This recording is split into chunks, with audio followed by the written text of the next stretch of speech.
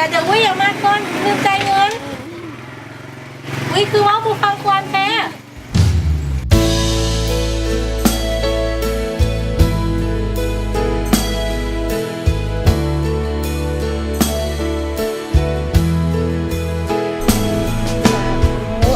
ก็ให้คุณพระคุณเจ้ามาทรงนางฟ้าให้วิเตอร์กับโมไลเดอร์ขับใจไลเดอร์สาธุสาธุสาธุ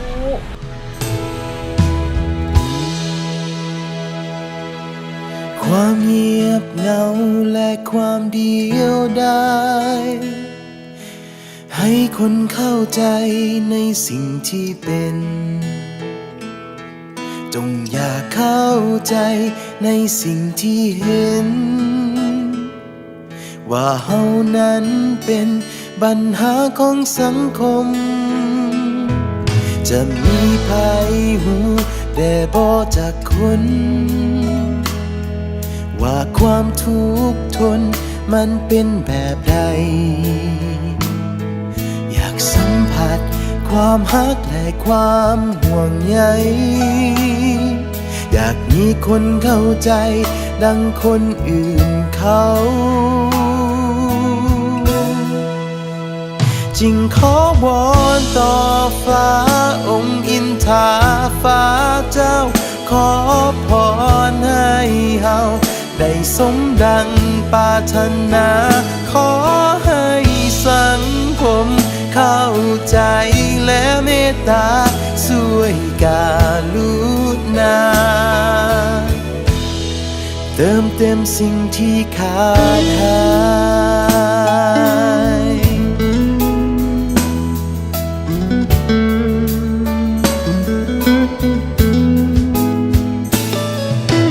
ความเงียบเหงาและความเดียวดายให้คนเข้าใจในสิ่งที่เป็นจงอย่าเข้าใจในสิ่งที่เห็นว่าเฮานั้นเป็นปัญหาของสังคมจะมีภัยแต่บ่จากคน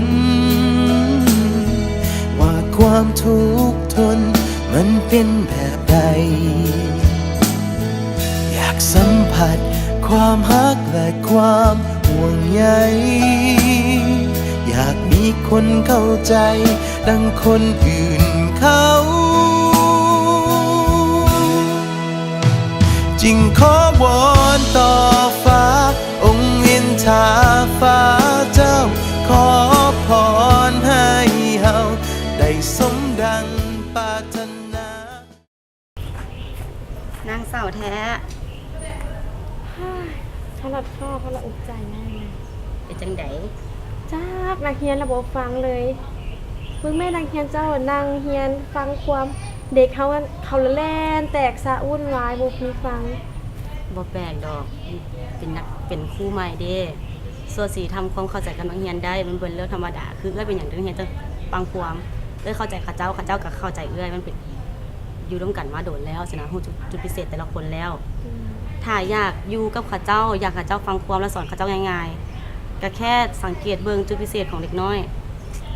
อยู่ห้องเจ้าหาคนความต้องการหาอย่างศักยภาพหาอย่างบ่ได้เท่าเทียมกันขึ้นกับระดับแต่ละคนดังนั้นเจ้าก็ต้องได้สังเกตลักษณะพิเศษของเด็กน้อยของเจ้าว่าเด็กน้อยของเจ้าหันมักอหย่างแต่ละคนเขาต้องสังเกตแล้วเขาจะเอาจุดพิเศษของเจ้าหันมาเป็นสื่อการสอนเด็กน้อยบางคนมักบกบานเด็กน้อยบางคนมักสอดสีกับสีมักต่างกันแล้วสิ่งที่เขาเจ้ามักเขาสามารถเอามาเป็นสื่อการสอนได้สอนทุกอย่างได้สอนบักบานสอนคณิตศาสตร์ได้บักบานสอนสีได้สมมติว่าเด็กน้อยเขามักบักบานเอามาให้เรียนหลายโลดแล้วเขาก็เอาคณิตศาสตร์มาซ้อนใส่กับบักบานอาจจะให้เขาหน้าบักบานหน่วย1 2 หน่วย3 หน่วยใส่กระตาหรือบางคนมักสีบักบานเขามีหลายสีเอามาโลดบอกกับเจ้าว่านี่เป็นสีบัวสีเขียวสีแดงแบบสีถ้าเขาจับจุดพิเศษของเด็กน้อยแต่ละคนได้เขาเอาจุดพิเศษเขาจะมาสอนเป็นสิ่งที่เขาจะมักเขาจะให้การร่วมมือกับเขาหลายขึ้นเขาจะพยายามเขาก็บอกกันว่าเขาจะเป็นครูกับเจ้าได้บ่ จังสั้นนวลก็ต้องคิดเบิงลองคิดเบิงว่าเป็นหยังนวลจึงอยากมาเป็นครูอยู่นี่ บางทีมันอาจจะเป็นแห้งบันดาลใจเฮ็ดให้นวลอยากอยู่ต่อก็ได้ โดย โอเคไปบนนักเรียนกัน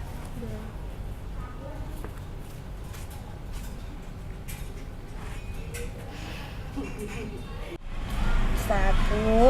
ขอให้คุณพระคุณเจ้ามาทรงนางฟ้าให้ไปเจอกับโมลายเดอร์ขับใจลายเดอร์สาธุสาธุ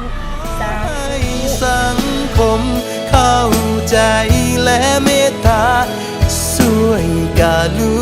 ณาจึงขอวอนต่อฟ้าองค์อินทราฟ้าเจ้าขอพรให้เฮาได้สมดังปรารถนาขอให้สังคมเข้าใจและเมตตาช่วยกรุณาเติมเต็มสิ่งที่ แม่เป็นพ่อของผม ขาดหาย ขอบใจคุณนวลหลายๆไปจังได๋มาเฮ็ดเวียกโอเคอยู่บ่ โอเคอยู่ ขอบใจน้องหลายๆที่เลือกมาเฮ็ดเวียกกับสมาคมของพวกเฮาเนาะก็ขอบใจอีกอันหนึงที่ช่วยดูแลเอาใจใส่เบิ่งแยงลูกของพวกเฮาซึ่งว่าครูก็เปรียบเหมือนพ่อแม่ผู้ที่สองของลูกเนาะแล้วก็ครูก็เปรียบเหมือนนางฟ้าที่ฟ้าประทานมาให้พวกเฮาขอบใจครูหลายๆที่บ่รังเกียจลูกของพวกเฮาเนาะกลับบ้านเนาะวันนี้เนาะขอบคุณค่ะ ขอบใจอะไรเดินนางป้าโดย กลับบ้าน ขอโทษเด้อ บ๊ายบาย บ๊ายบาย บ๊ายบายบ๊ายบายครูก่อน บ๊ายบาย จึงขอวอนต่อฟ้า